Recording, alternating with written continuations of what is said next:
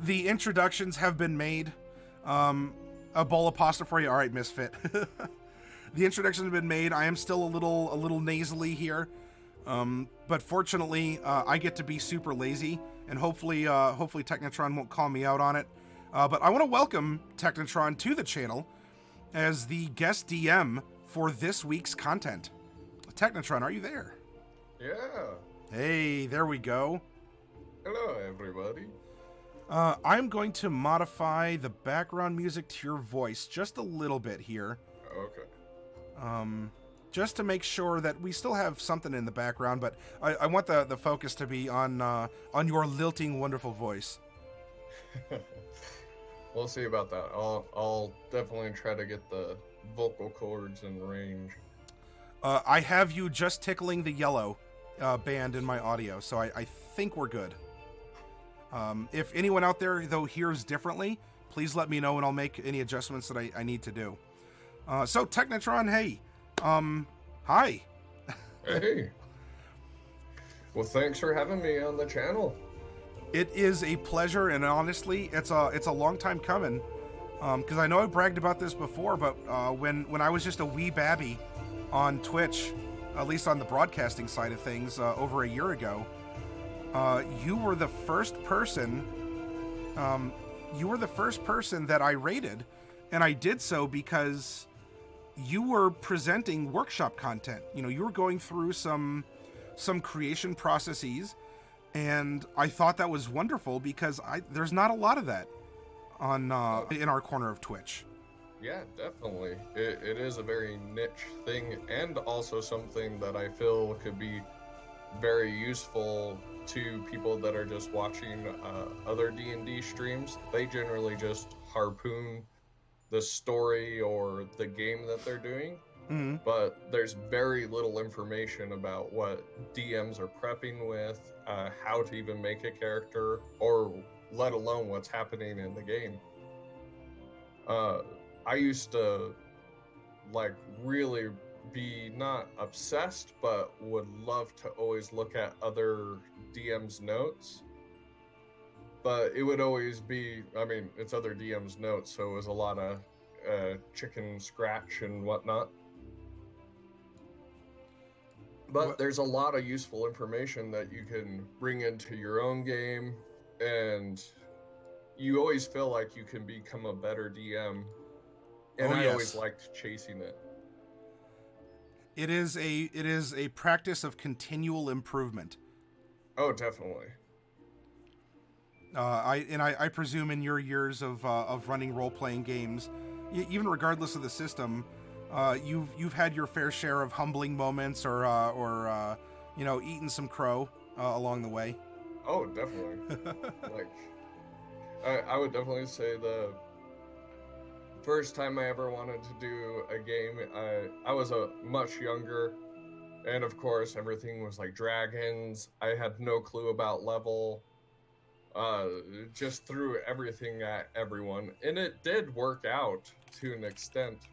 And I'll even say, looking back then and what happens now, you're only getting about 30% of what you had planned through in the game. Your players will definitely throw you through a loop, but you get a good understanding of like, oh, that's where I was a bad player in the game, or this is where I wasn't being more optimal in my own games. But we tend to be hypercritical on ourselves. Oh yeah, of course. But I would just say, as long as you're just having fun and your players are having fun, you're generally doing the right thing. And yeah, that definitely kind of has its talents and kind of what we were going to talk about today with like the one-shots and the DM tools. Yeah. And I notice you're looking at the Pinterest board I've made. If you want to start here, you've sent some materials over for our guest lecture, because the kind of a running joke is that I'm kind of a D&D professor, as I ask people to open up their books and remember stuff from past lessons and all that other stuff. So we have our guest, we have our adjunct professor Technatron here with us, and you've brought some materials. If you want me to start on one in particular, Pinterest or another one, let me know. But let's go through the process. Why is it that you wanted to come and talk about one-shot planning? What could it mean, or what are the seeds you want to plant for tonight and for the rest of the week as we continue to have these conversations? Oh, I would definitely say what I would like to plant is something simple but very effective. Okay. And something that you can always expand upon. A good base is always the best place to start. But I would say finding a good way to hook the players is where I would want to be.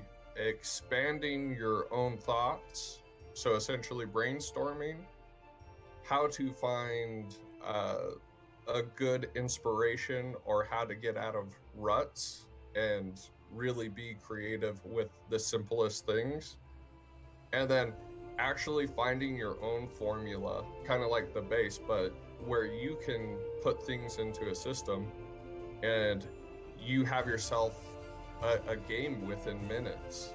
I can do like if I have like 5-10 minutes for a game, I know I can pace things out in certain formulas, like combat, a little bit of role play, heavy combat, and like I know I have a good 2 hours. And formulas like that, once you get that, you can actually make multiple versions of it, so your games don't feel stagnant. And in the context here, then, planning a one-shot is, in your opinion, a good exercise or a good practice for a newcomer to running D&D? I mean, really, I guess any role-playing game. This is kind of a universal. But this is beginner-friendly. This is a good source of inspiration to take it on forward. Oh yeah, definitely. I would say it's a little bit more advanced than just picking up some other pre-made material, but this is also, I'm going to talk about later, how to take pre-made material and you just change it a little bit and it's completely your own. So with not a lot of work, you can make a game that even seasoned D&D players, it will feel fresh, and they can be playing their like 7th time of the Lost Mines of Phandelver, and it feels completely new. I'm for that. So I would say, yeah, fantastic for new DMs, or kind of when they're getting to that place where they're like, I want my world or my story to come through. Well then, where shall we begin? You have my interest hooked. Yeah, I would say that's perfect for the first thing that I want to talk about, but finding the key. Finding the key, okay. Yeah, finding the key is essentially, well, we need to find a hook or the inspiration that we want to build off of. And it's fantastic with the Pinterest board that I have created for D&D. Of course, I have a little bit of sci-fi stuff in there. I'm a big fan of science fantasy. But yeah, the big roots of this board or tools that you can use is just looking at a single image or a bit of literature or anything that expands itself to create a story around it. A lot of those images are very impactful for, like, it doesn't have to be perfect, but you can get a lot of inspiration from it, and things like pictures or even small items on your desk can be the inspiration for a very good one-shot or story for your players. I sincerely agree. Yeah, like for instance, I have some, it's pollen season, I have some eye drops next to me. Well, like, as dumb as it may be, there could be like a alchemist that's needing to make mounds and mounds of eye drops for beholders, and your Ah. players have to fix that. Like, that's not the best story, but for the right group, you're hitting a perspective that they didn't see happening, and it kind of makes sense in a world that big-eyed monsters probably have eye problems. Hey, we saw that in Ocarina of Time, which is not an unheard of game.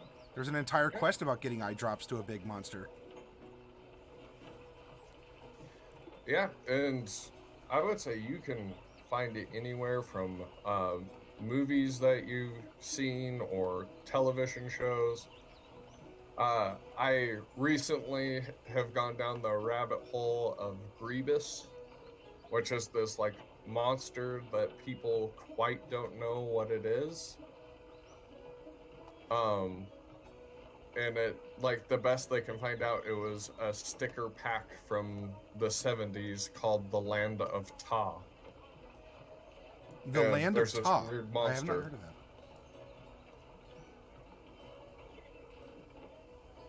Oh, good. Go ahead. I'm sorry.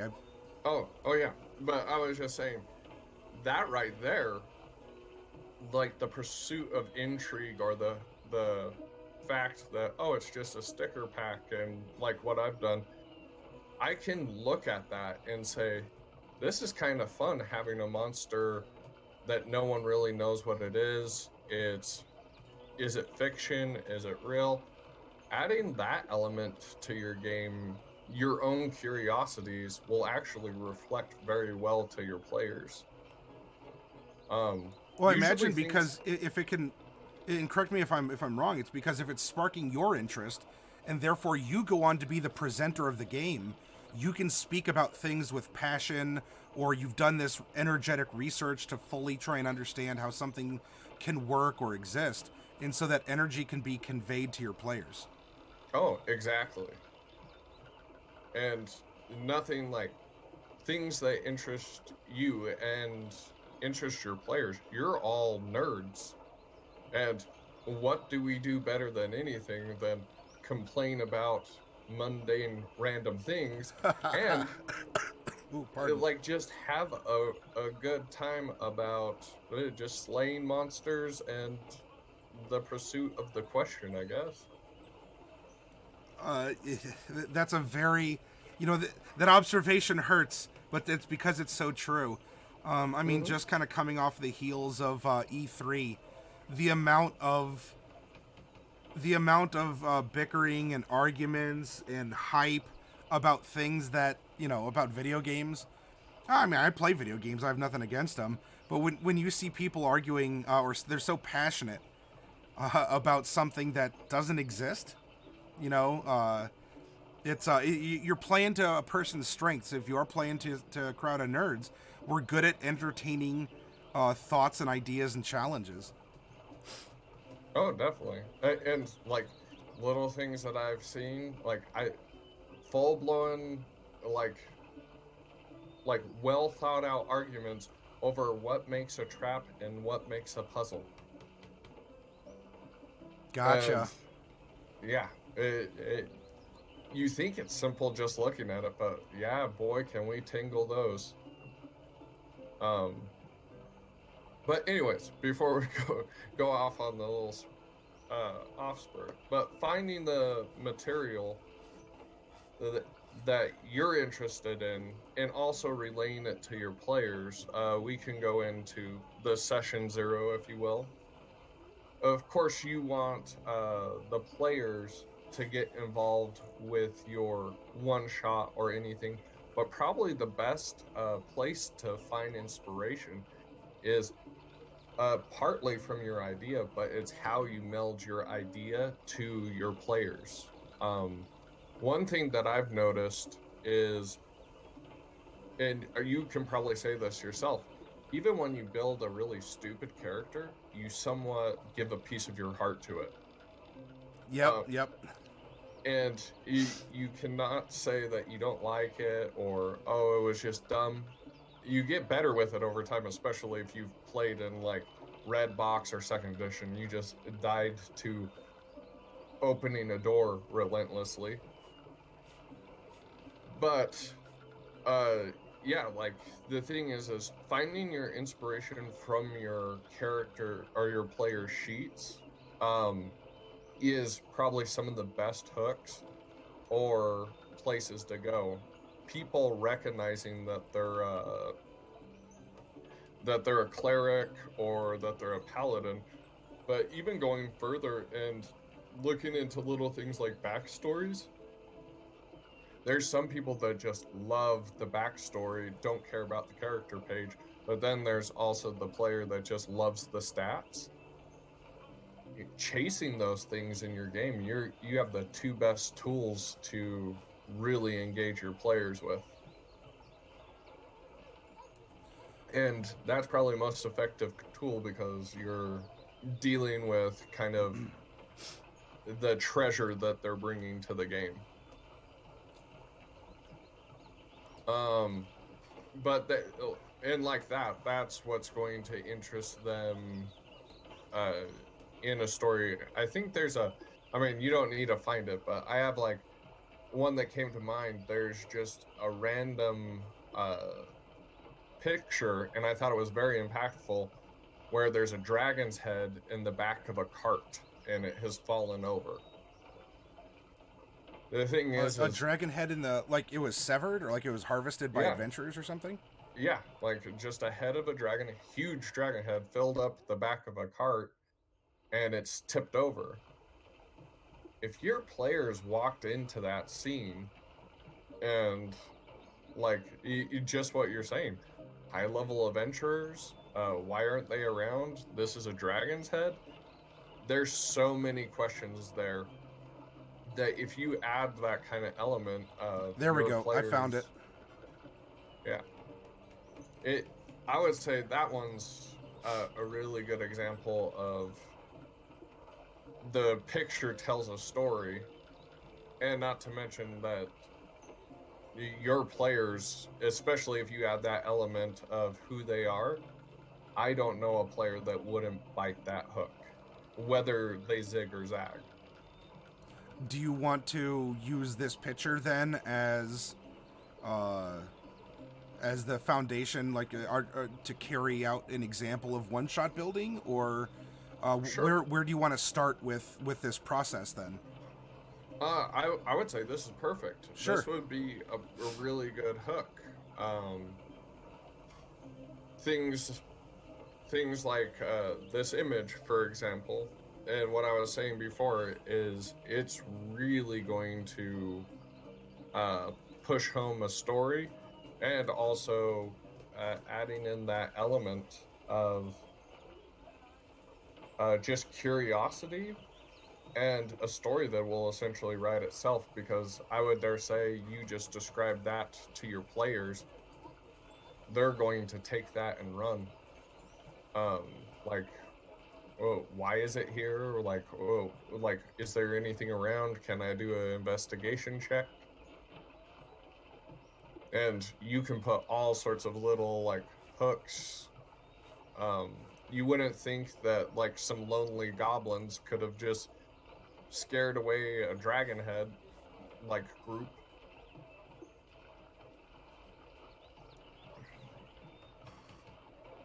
But also we can go on to kind of the second thing, what I would do to create something.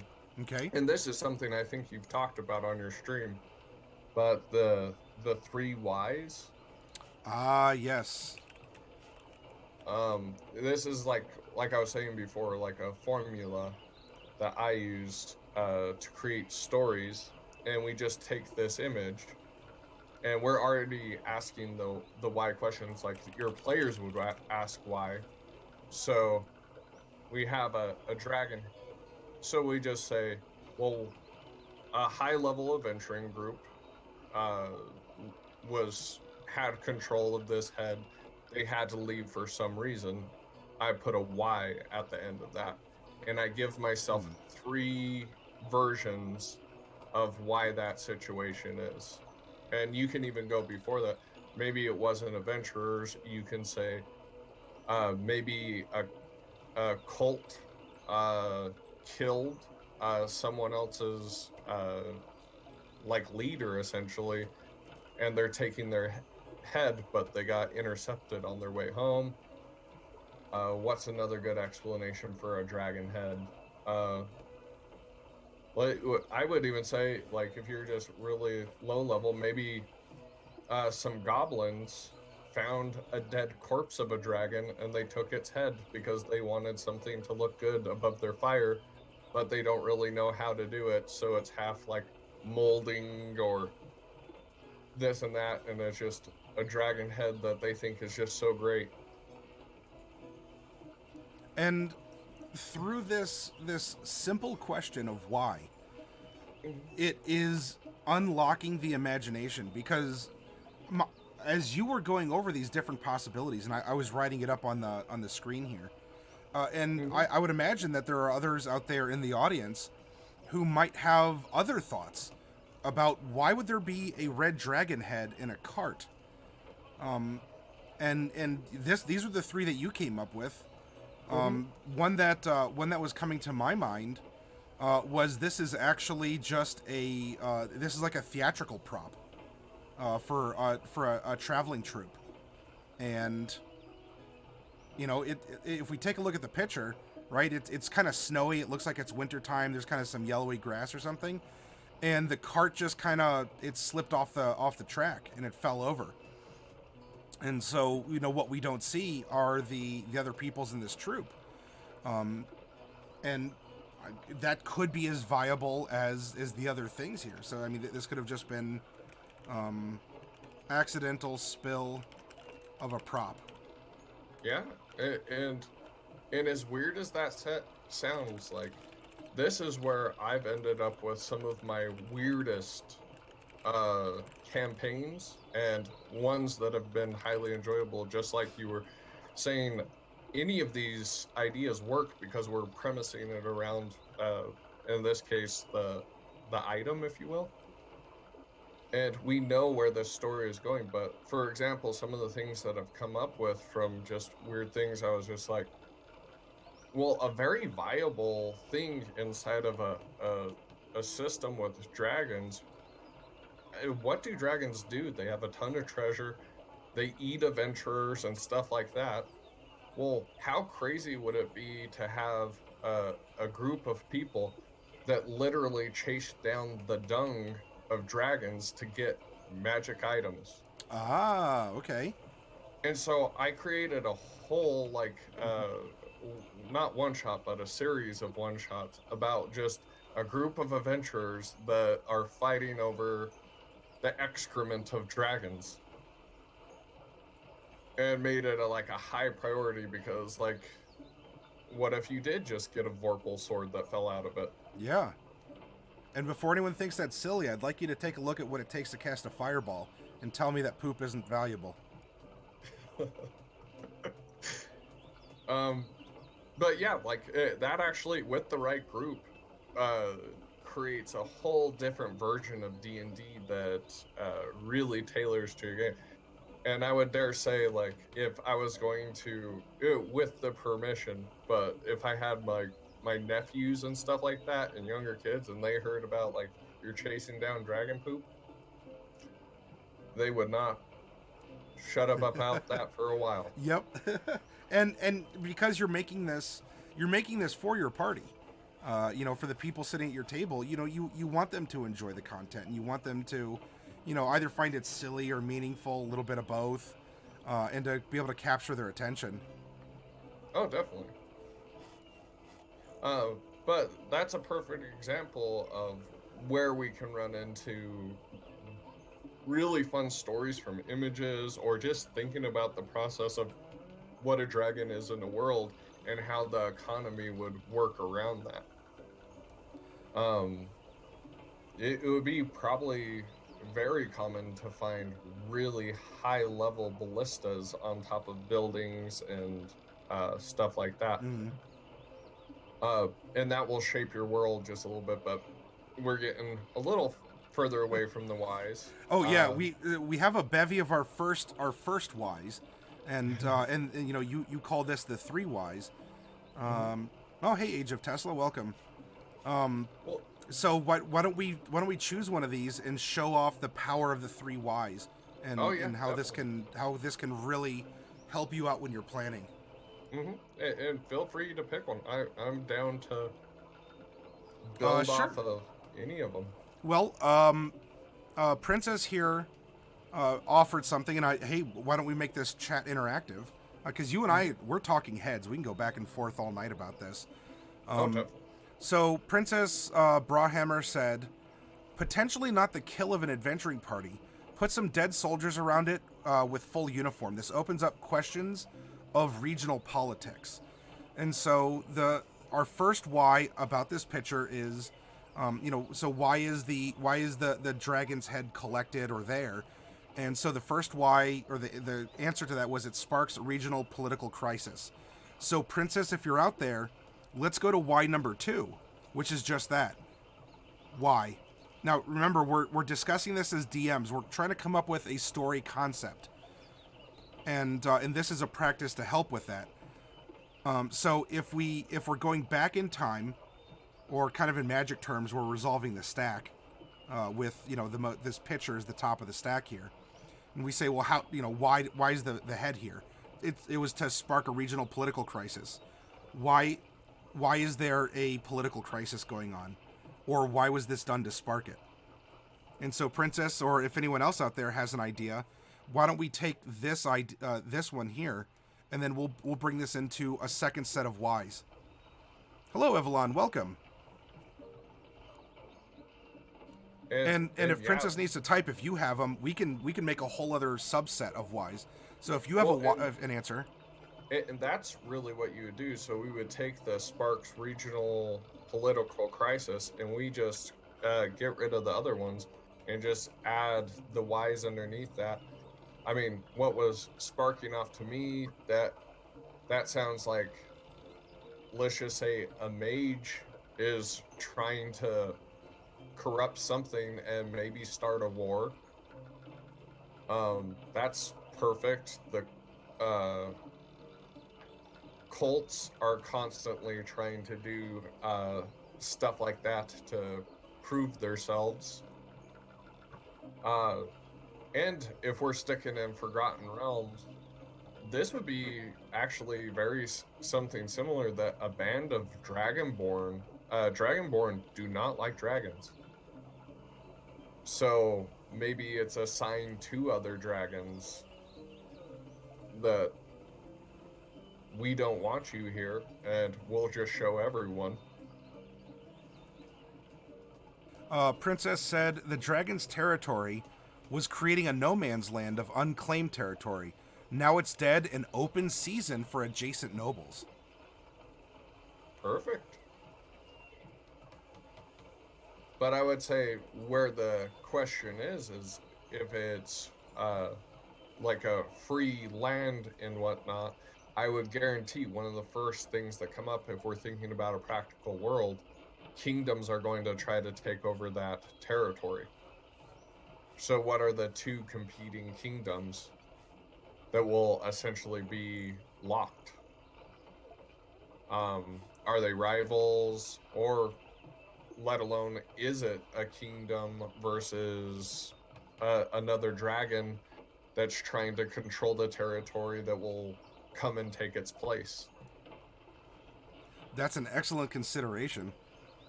Tesla also added, but dragons periodically travel from nest to nest, and the next dragon will be coming soon. So the mortals, in this circumstance that we're entertaining, the mortals thought that here we go, we actually have now, hundreds of square miles of territory to claim, and they do for a time. But it won't stay simple that long, as dragons are going to reinvest back in here possibly.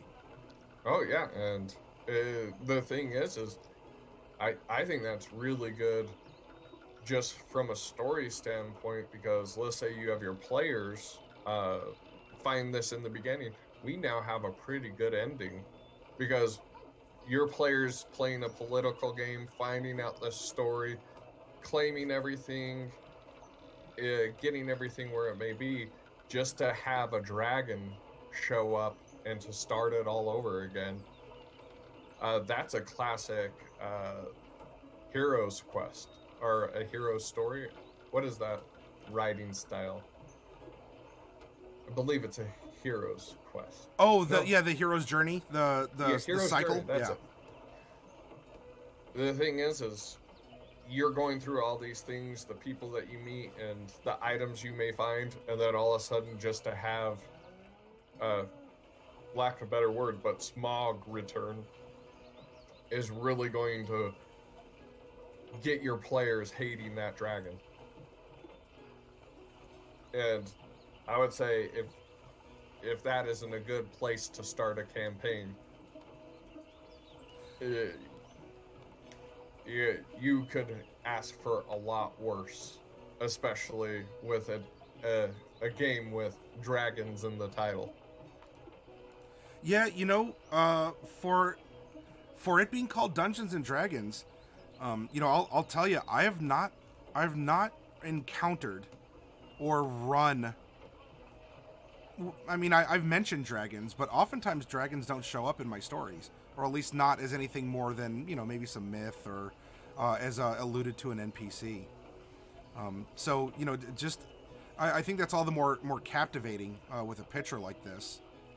And to take a quick sidestep here, Certain Victory says maybe the No Man's Land, and this is, by the way, answering the third why. So thank you for doing this, sir. Maybe the No Man's Land is sat on something incredibly valuable, so valuable that a shaky alliance between these two kingdoms is breaking down.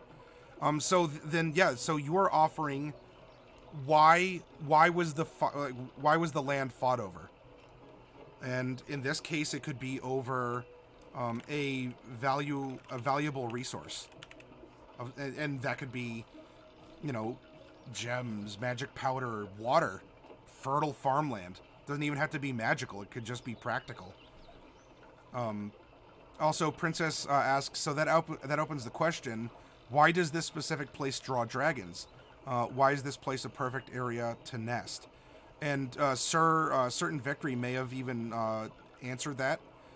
It could just be territorial. It could be, if we're talking about magic, it could just be a ley line of some kind. A source of power, of influence. How about this? One that really struck me is some sort of golem or some sort of weapon that can actually take on dragons, and that would make sense for a elder worm to essentially guard and make sure no one gets its hands on. And this now gives the kingdoms their chance to now own a weapon that can essentially kill dragons or essentially be something really, really powerful. So an ancient golem, or it could be a portal that is movable that ties to some sort of realm. If someone had the power to unleash, let's be weird, but like Modron. Oh, bringing Modron into this, interesting. Yeah. I don't know if Trust a let's just Flum say for you D&D can time is out there, but I know that a certain someone named Jeremy really likes Modrons. So if he was sitting down playing, you're pandering to the audience, which isn't necessarily a bad tactic for a DM to do. Oh, definitely. I mean, that harkens on to what I was saying is, if you're reading your player's character page and you get to know them over time, you're building it for them. It doesn't really matter what we put in the middle, whether it's a really cool weapon, a portal to somewhere else, a golem. All those things are essentially really good story buffs that will give the support for the middle of your game. But anyways, if we're going Modron, there's a thing called the Modron March, and imagine how powerful you would be if you could start that at any point and just have them go forward and take out anything that's in its way. Relentless little machines. Age of Tesla tells, but then why would the most powerful dragon just watch over the Dragonbane weapon instead of destroying it? Another question is opened. And you are absolutely correct, Age of Tesla. Because once we find an image like this, well, or really any of these, but we're focusing on the one here before I clicked out of it. Once we kind of pick that scab, I don't want to try and sound gross, but I mean, we start asking these questions. And we see just how far the rabbit hole goes. I mean, take just the couple minutes that we have spent asking the simple question why 3 times. And we went from a picture of a dragon head in a cart to suddenly, I mean, we might have sort of made 3, like a storyline we kind of agreed on would be kind of cool, right? The dragon head in the cart is a result of a regional political crisis.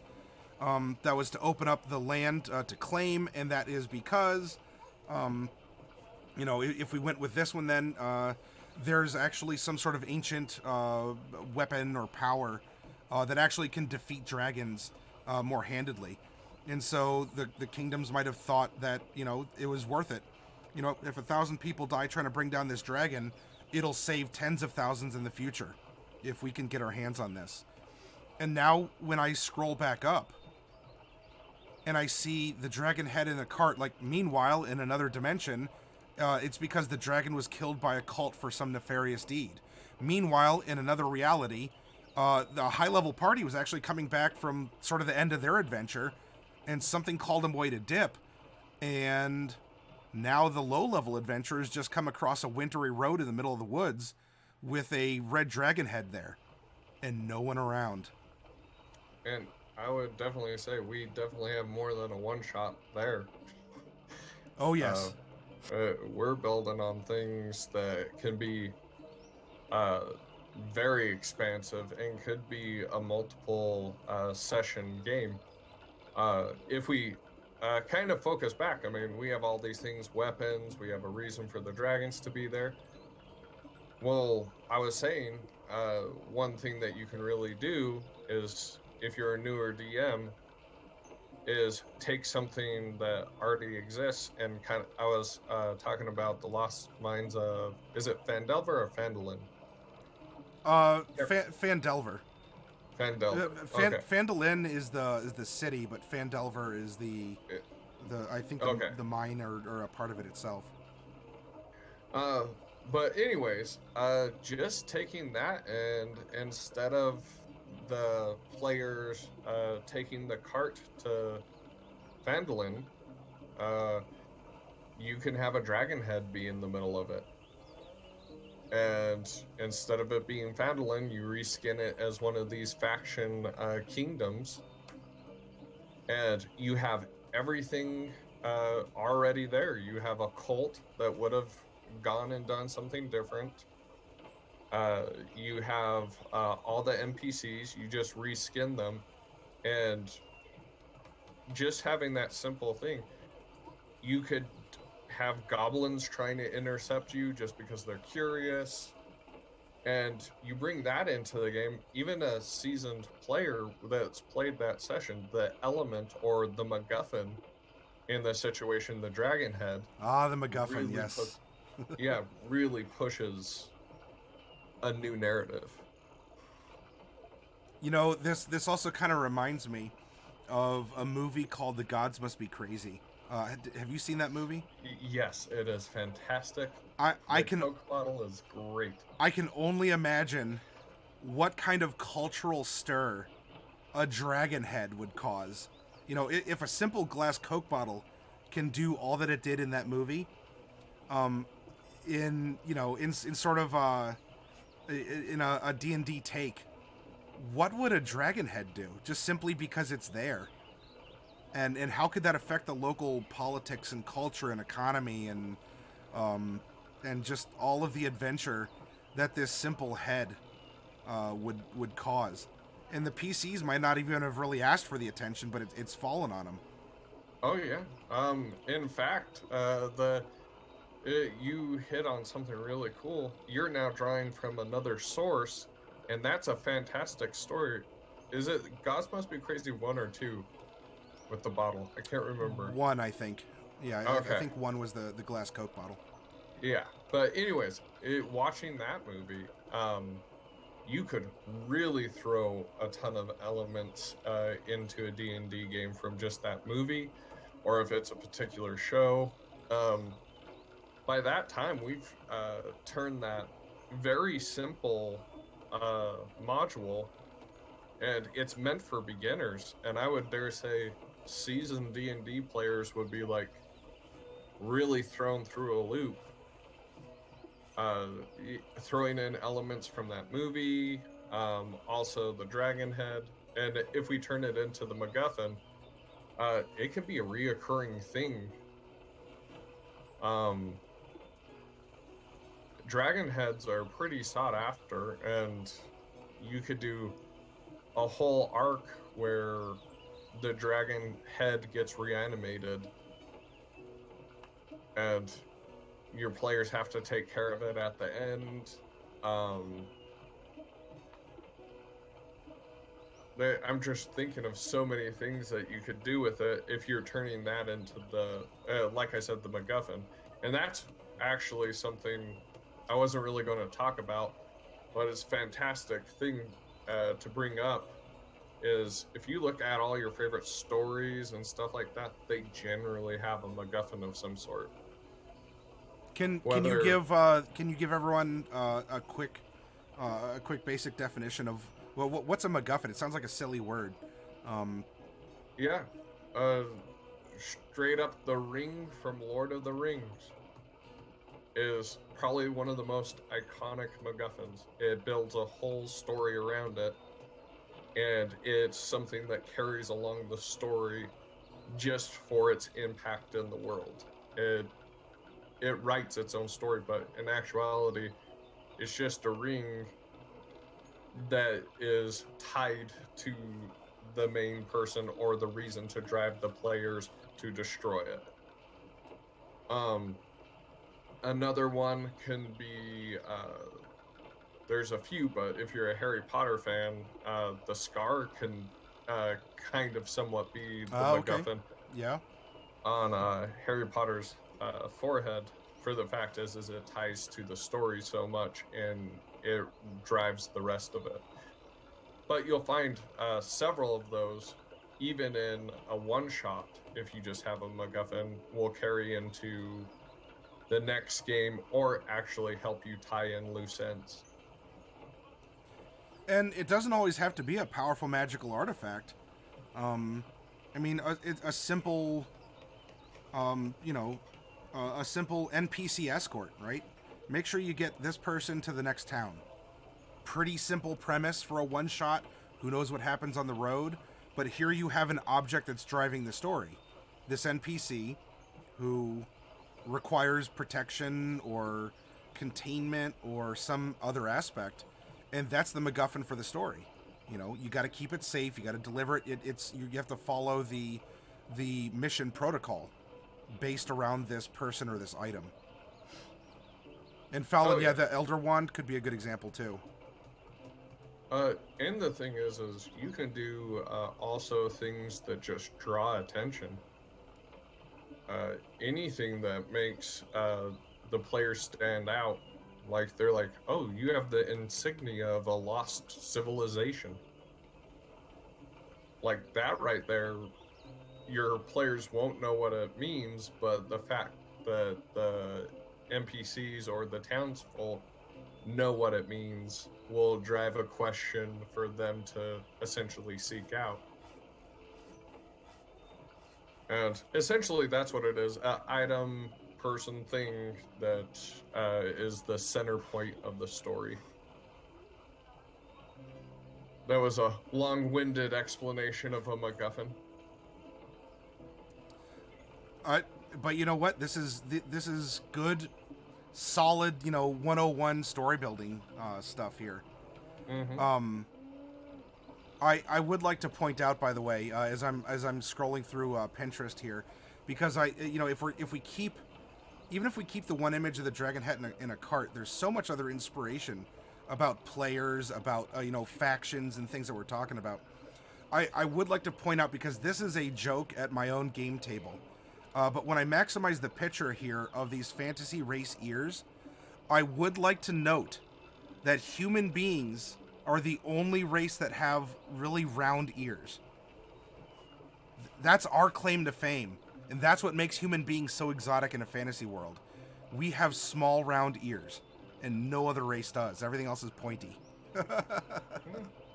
Well, and what that says to me, if we're building a story off of it, what would it be if, like, there's some half-orc wizard that's obsessed with pickled ears? And they just want to collect and keep them in little dishes and collect everyone's ears. That's a interesting dynamic that you can just derive from that picture. Or let's say there's a society of what you were saying before, we're the only one with round ears. What if you go and find a society of elves with round ears? Ah. That could have like heritage or legacy implications. Mm-hmm. Something as weird as that can spark a question, help you build a new world, and also a new society. Oh, Fallon brought up an interesting thing. So elves that dock their ears. So it could just be a cultural thing, like gauging your earlobes or the lip plates or tattoos and the like. There might be elves that just choose to, clip the tops of their ears. Yeah, we're hitting on all the things, like, and I would say we're doing really good at finding what I said, the key. As soon as you're able to expand upon anything, it can be an item, it could be a cup, make it a MacGuffin, build a story, start applying the whys and stuff.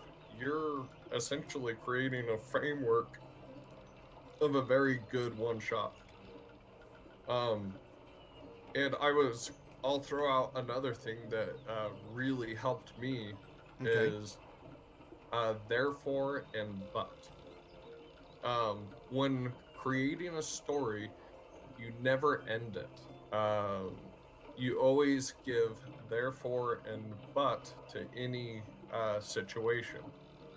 So, for an example, there was a witch inside of a society that was trying to corrupt the children.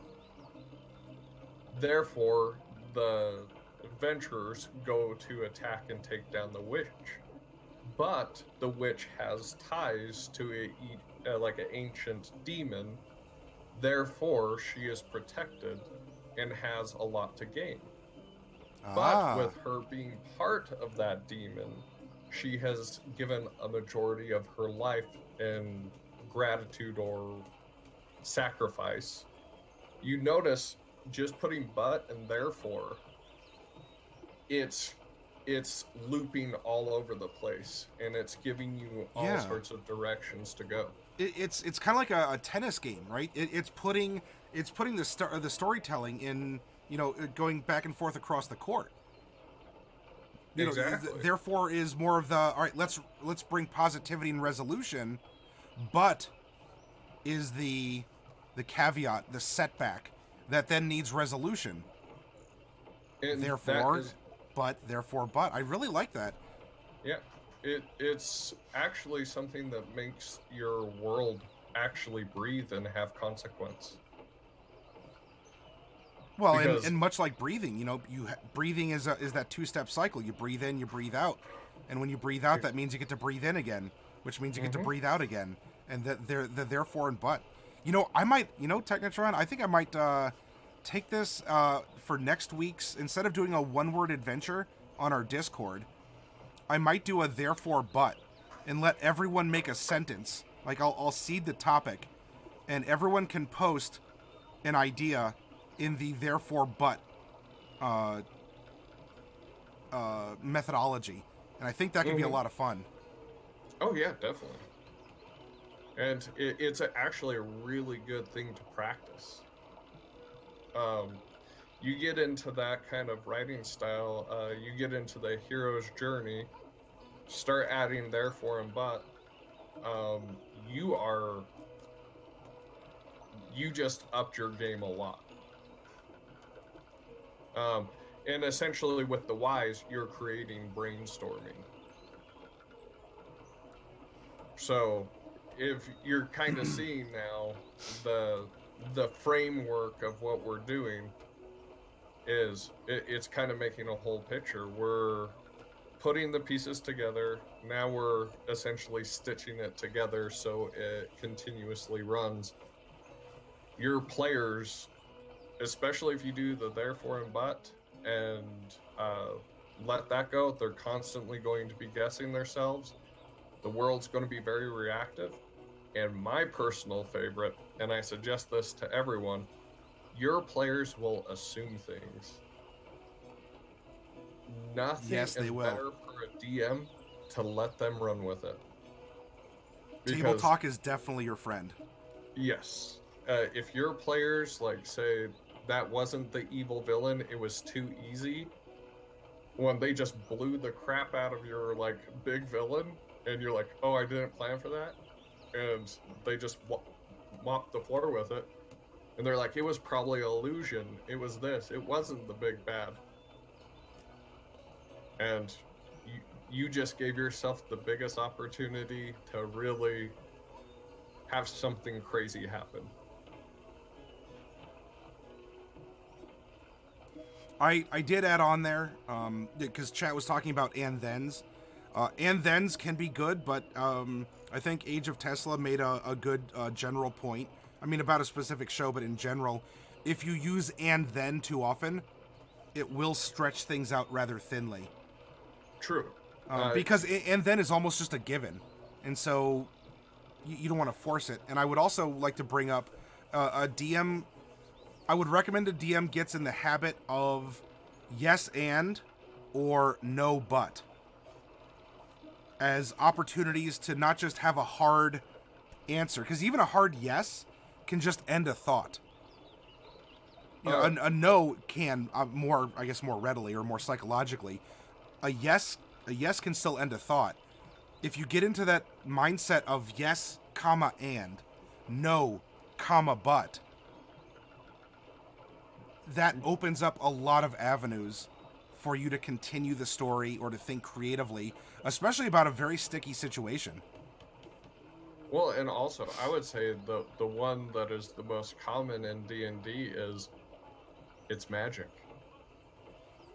You're describing something like fantastic, magical, like this huge event, and if you just shut it down with it's magic, you're missing a big opportunity for a good explanation and something that players might want to latch onto. Yeah, because it's acceptable, right? It's magic can be accepted. You live in a magical world. Magic still works in some way. It might have some source. It might have some consequence. It might have some kind of, something else.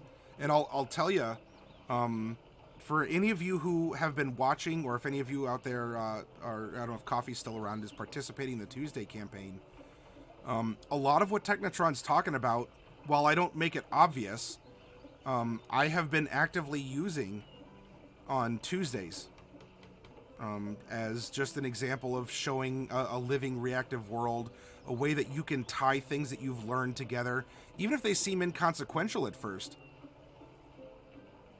No, it definitely. Why was wild magic working the way that it did? Why did I describe something the way that I did? Because as the DM, I'm making these conscious decisions about how the world works, why the world works, and as I present it, it's there. In fact, on Tuesdays, this past Tuesday, they found out a big part of this sort of derelict airship that they ended up confiscating after a big battle, and the engines have been that way, but it just took some investigation, some time, some interest, and everything that has been presented now over the time that they've been in contact with these airships has been consistent to the point that it makes sense, because it wasn't just saying, It wasn't just saying the airship is, it moves. I gave a descriptor, I gave a sound, I presented what these engine things look like. And while I may not have gone into super detail, because they don't have the super detail, just this past Tuesday, they figured out how the engines work, in a sense. And some other big clues that now, in retrospect, I hope over the months and months of play, this could add a layer of consistency. Like you could draw back through the story that's been presented and maybe realize how deep something is, how good or bad something is, how much of a threat or an opportunity something is. Because there is this worldly awareness and this consistency that isn't just, well, the airship flies because it's magic. Well, okay. Comma, but. Yeah. This is and you can go with, it's an ancient technology that was refined in a civilization that's now extinct. Or you can go with a tinkerer that got away and had endless funds. There's a lot to work with there. So now that we've done a good job here, so we found a key. We asked the three whys. In fact, we even sort of accented that with therefore and but. What is the next step? What is something else that you would like to throw out there for consideration? Well, I was going to say I use this other one, rehash, remake, reuse.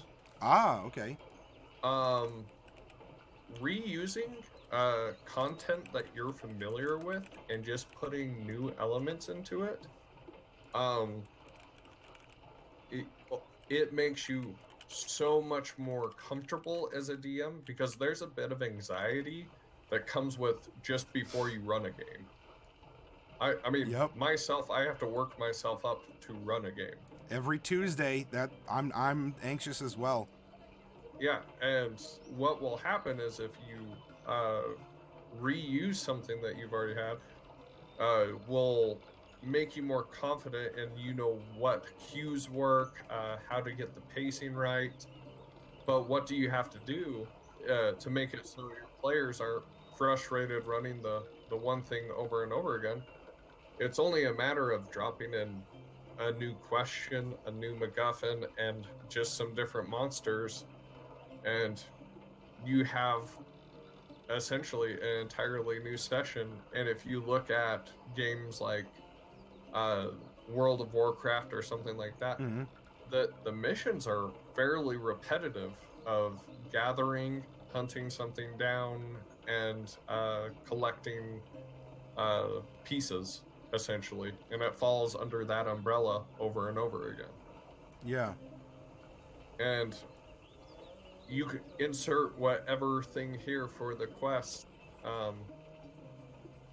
The more comfortable you get with it, I would say don't get used to always running the same thing, but always have that kind of one campaign you can fall back on, and this is kind of your ace in the hole.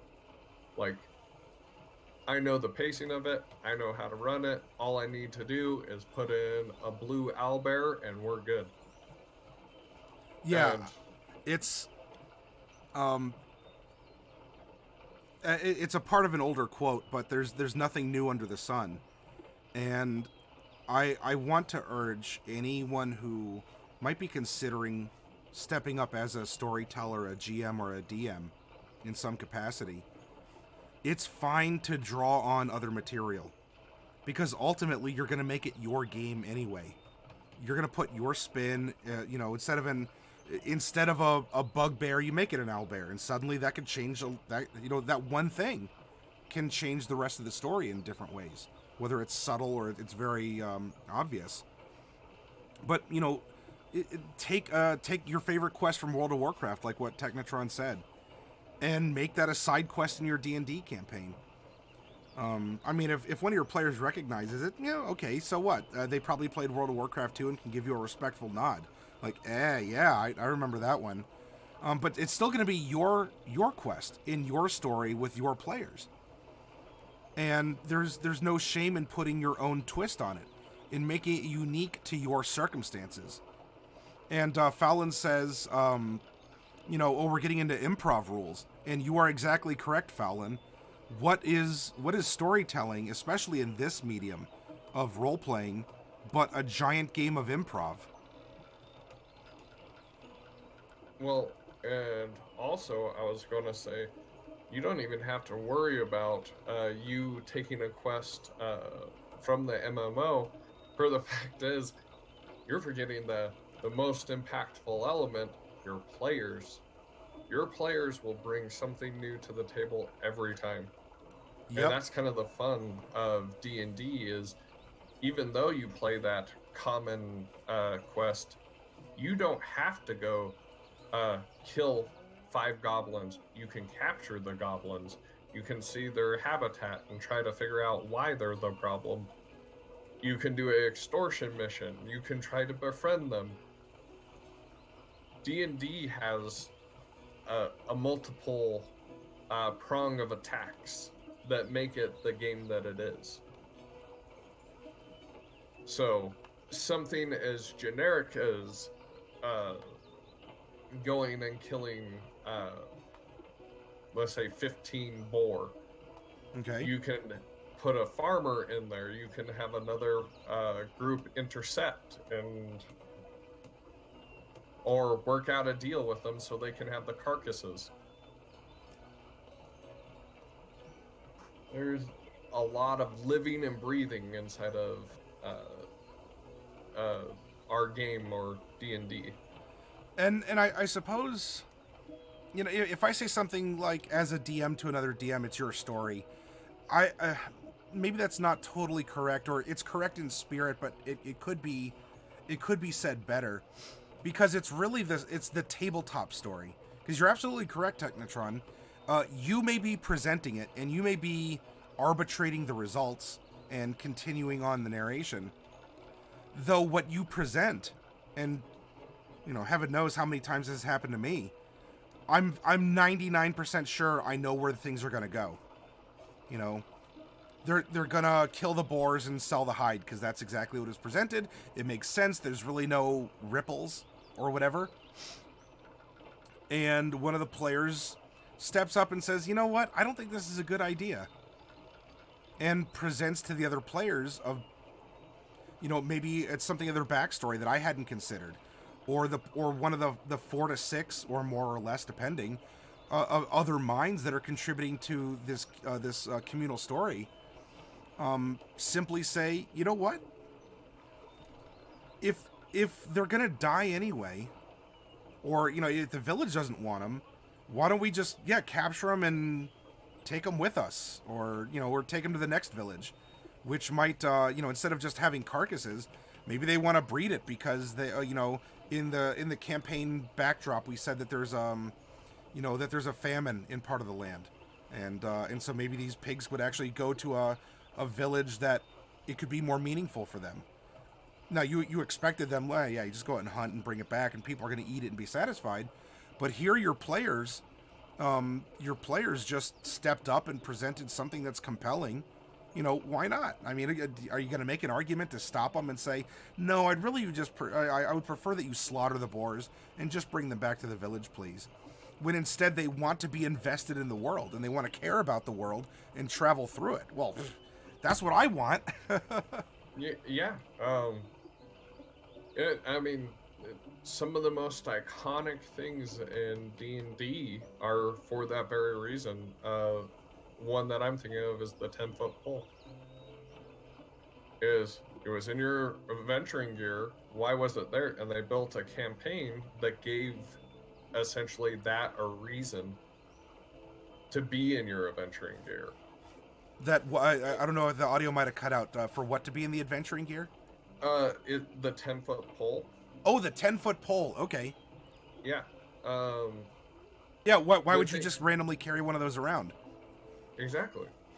But as soon as you put that in and you give it a reason to exist, that becomes one of the most talked about items. So you're like, oh, this stupid vial of spider climb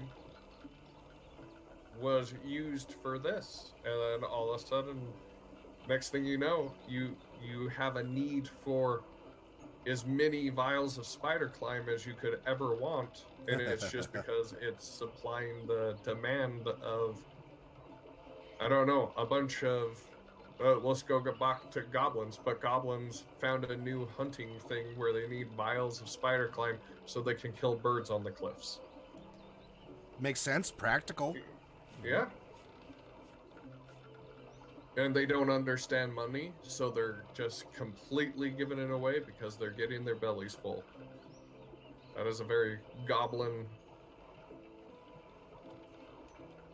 way to go. And that right there, like, what if the goblins, like, are trading an item that they necessarily don't know what it is, but they see that you really want it? Mm-hmm. And the party would hopefully not be so murder crazy at that point to just go in and murder the goblin village that actually could be supplying them for free with a very cool potion. Oh yeah, nothing is better than describing a monster, going into a setting, and never calling for initiative. You will see guns drawn, like, focuses on the beast to take him down, and then having it pace out a little bit longer, or finding out that they're really not being a threat, creates a kind of inconsistency in the DM that will make your players think twice before they jump and try to murder hobo something. Yeah. Excellent. Well, we've been going for about an hour. Are you cool if we take a break, or is there another point you want to sneak in? I'm good. We can take a break. Sure. I need to freshen up anyway. My voice is getting a little crackly, I think. So everyone, we're gonna pause here, and then we'll come back in about 10 minutes or so. I have 12:35 a.m., so I guess we'll be back at 12:45 a.m. And we'll continue with this awesome, these tips and tricks from Technatron on ways to consider forming. Well, I mean, we're discussing this in the concept of a one-shot, but really, a one-shot is a good first step into an ongoing adventure or campaign. So, all right, Definitely. 10 minutes and we'll be back, everyone. We'll see you then.